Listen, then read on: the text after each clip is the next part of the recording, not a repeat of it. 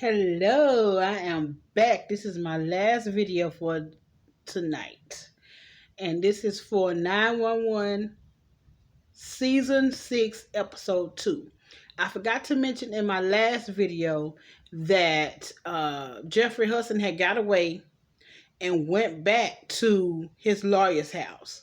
And so Luke, which is a sergeant or he's a cop, him and Athena was on the look, were looking for him. So Jeffrey went back to his lawyer's house. And so when they were getting ready to go, Luke showed up. Well, Luke handcuffed him, put him in the car, and this crazy lady had the nerve to come behind Luke and cut his throat. That's how yeah. And it didn't end with that, but I forgot to mention that in my last video. Yeah, so in 2,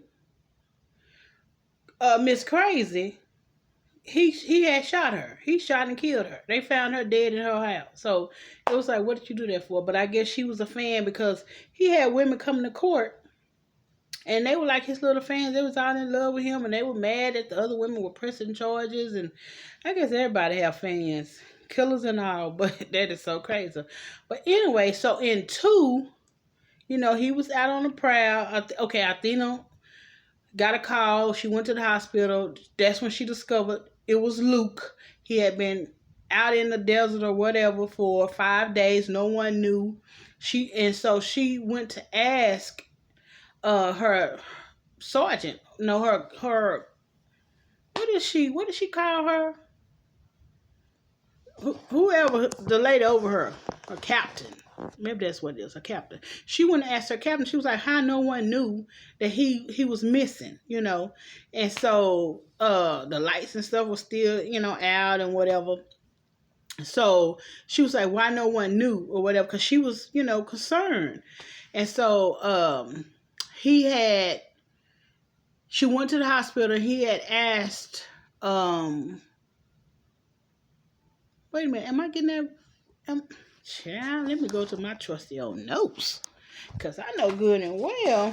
Child, yeah, I done did 3 videos, I think, already. But I remember she had went to the hospital because she was, she had said somebody called, a doctor had called and said someone was asking for her, and he had wrote on the paper Sergeant Athena Grant. So when she went in there, that's when she found out it was Luke. And yeah, so okay, so I think I'm on the right track. So y'all, charge it to my head, not my heart. It's like after 12 o'clock, but I'm gonna give y'all this last video, because again, I'm excited about being back. Okay, your girl is back. I'm like Arnold Schwarzenegger. I'll be back. Well, hey, don't worry about it. But anyway, so Maddie, I guess she is suffering from postpartum. She's at home and Chimney is worried about her because he knows she's suffering from postpartum, and he's worried about his kid, at home with this lady. So and God, postpartum is real. I didn't experience that, and I had 2 babies, but it's real. So anyway, so it's still dark outside, and so this lady's son was on, he had life-saving measures, and by being still dark for so long or whatever, I'm trying to keep y'all out of my other room. She called and looked on the board and seen who all have, who all have, I don't know, stuff hooked up or whatever. So May reached out to somebody and then, so the neighbors all got together, and they was using cords and, plugging up cord to cord to cord to cord all throughout all the neighbors, and got to the lady's house to plug up the machine in time so her son wouldn't die, so he wouldn't go without oxygen. That was so sweet. I thought that was just the sweetest thing ever. So he lived, because he got some power. And then, so basically, the guys were still in the process. Oh no. So the plane did crash. And so, the plane did crash. And so, Henny, Buck, Bobby, Eddie, am I missing someone? They all ran upstairs to help. Okay, so the plane had crashed, and so they was getting the guy out, getting the paramedics out. And so Henny was trying to calm down, because he's a paramedic too. He's a young paramedic, so she was trying to calm him down. And so, talk him down, calm him or whatever. And so, they got him on a stretcher. They was trying to figure it out. And so before they pulled him out, he was like, wait, that heart, the heart, this is a transplant helicopter, and there's a heart and whatever. And so Bobby was like, hey, we'll deal with that. Let's just get him out. So Bobby goes and try to save the heart. Well, there's a cord holding the plane onto the roof of the building. So they did tie Bobby up with, I don't know, the water hoses or whatever. So he goes down and retrieves the heart. He grabbed what he can, and right, before he got out scot-free, the rope broke. But thank God he was wrapped in a water hose, and so the plane went down, the rope broke, the plane went down and plummeted down and burst into flames, and Bobby was saved, and and they pulled him on up or whatever. So they got the heart to the hospital or whatever. But, of course it's still dark. So even with a heart, now you're facing some different problems. But anyway, So anyway, Maddie is having issues. She's laying over the tub, falling asleep. The baby's in the water, and she dozed off, but she woke back up, rather quickly. And the baby was under the water. She pulled the baby out. Oh my God, blah, blah, blah. Yeah, Chimney need to hurry up and get home. And he needs to, take some days off and, something, whatever, because this postpartum is hitting her rather hard. And so she rushed the baby to the hospital, and then, the doctor told her, hey, she's perfectly fine. There's no water in her lungs. She's fine. There's no bumps on her head or anything like that. But, she, a new mom, and she's, crying, have tears in her eyes and blah, blah, blah. I mean, I don't know. I mean, I know people do it all the time, but thank God I didn't get postpartum, but I know it's real. But you can't be dealing with babies in water in postpartum. You just can't. However, the baby was fine. Big old baby. So the baby was fine. Okay, so Harry, Athena's son. Okay, so Michael was allowing the neighbors to come over to Athena's house and, get some cold drink or eat food, recharge their phones, whatever, because they were the only ones who had power on that block or street or whatever. So he opened up the house to strangers. Well, Harry, their son, he decided to charge the neighbors $5 a piece. He was like, well, they eating all the food they want and getting this air or whatever. So Michael was like, no, go get the people their money back. And, he said, hey, if I see chance to make some money, I'm going to take it. He done got so big. And so, they're running around, looking for this guy, whatever. So, Ed and them, they always at the I'm sorry, my eye itching. At the fire station, of course they have to be on call, because if you get calls, distress calls or whatever, the firemen have to be, on call. So no one went home, and Chimney is worried about Maddie because he knows she's going through it. And so Henny, tells him, hey, she's been through worse. So just be her partner. Just she'll figure it out. Just be her partner. Don't try to overanalyze or overthink or whatever. Just be her partner. So I'm sure that's fine and well until he find out that his baby could have drowned. So, I'm sure he's gonna go back and say, well, no, this, it wasn't cool, it wasn't all right. My baby could have died. So I'm sure he's gonna start thinking something different once he realized that his baby slipped up under the water, and because she went to sleep. So that's all I can say. I'm sure he's gonna have a whole different way of outlook on life when he becomes aware of that. Again, guys, where is Albert? Chimney's brother. Is he no longer on the show? Like, what's happening? Because I'm like, where is he?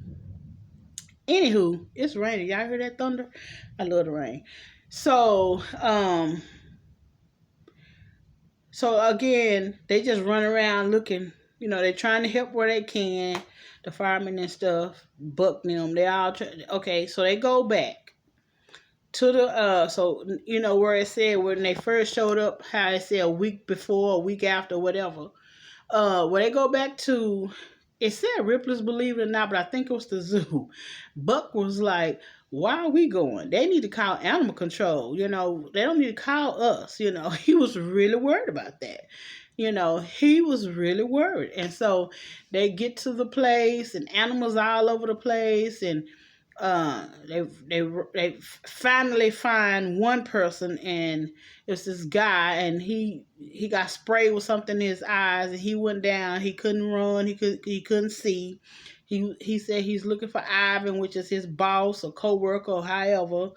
They finally find Albert in a store, and he was laying there, and the alpaca was nibbling on him or chewing on his face, in his ear or whatever. I guess he couldn't fight him off or whatever.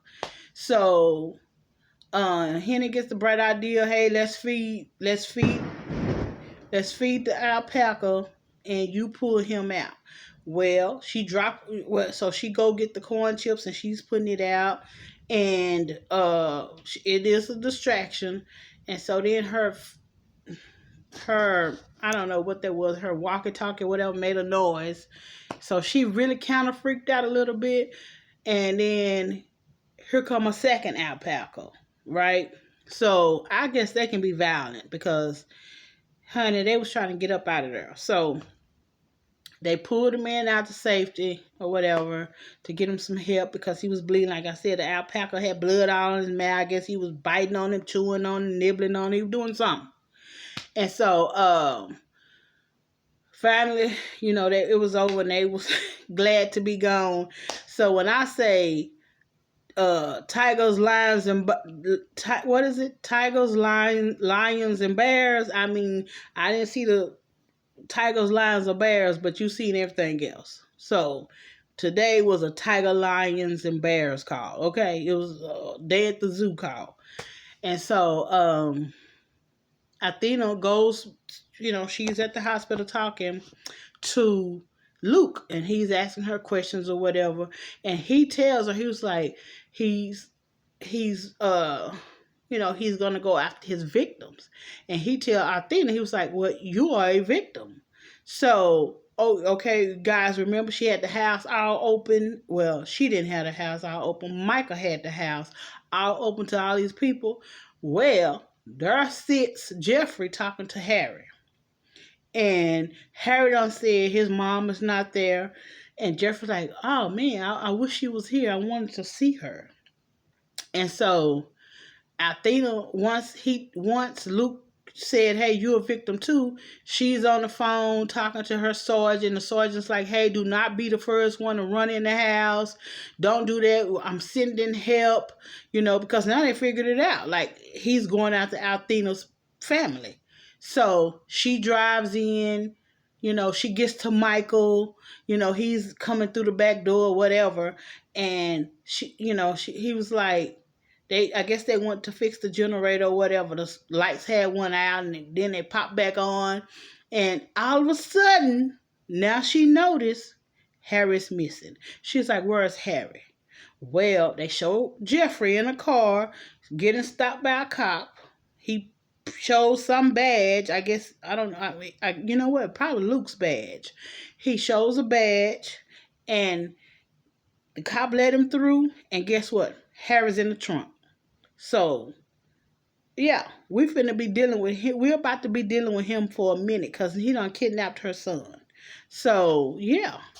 Yeah. They opened up the house and he came right on in.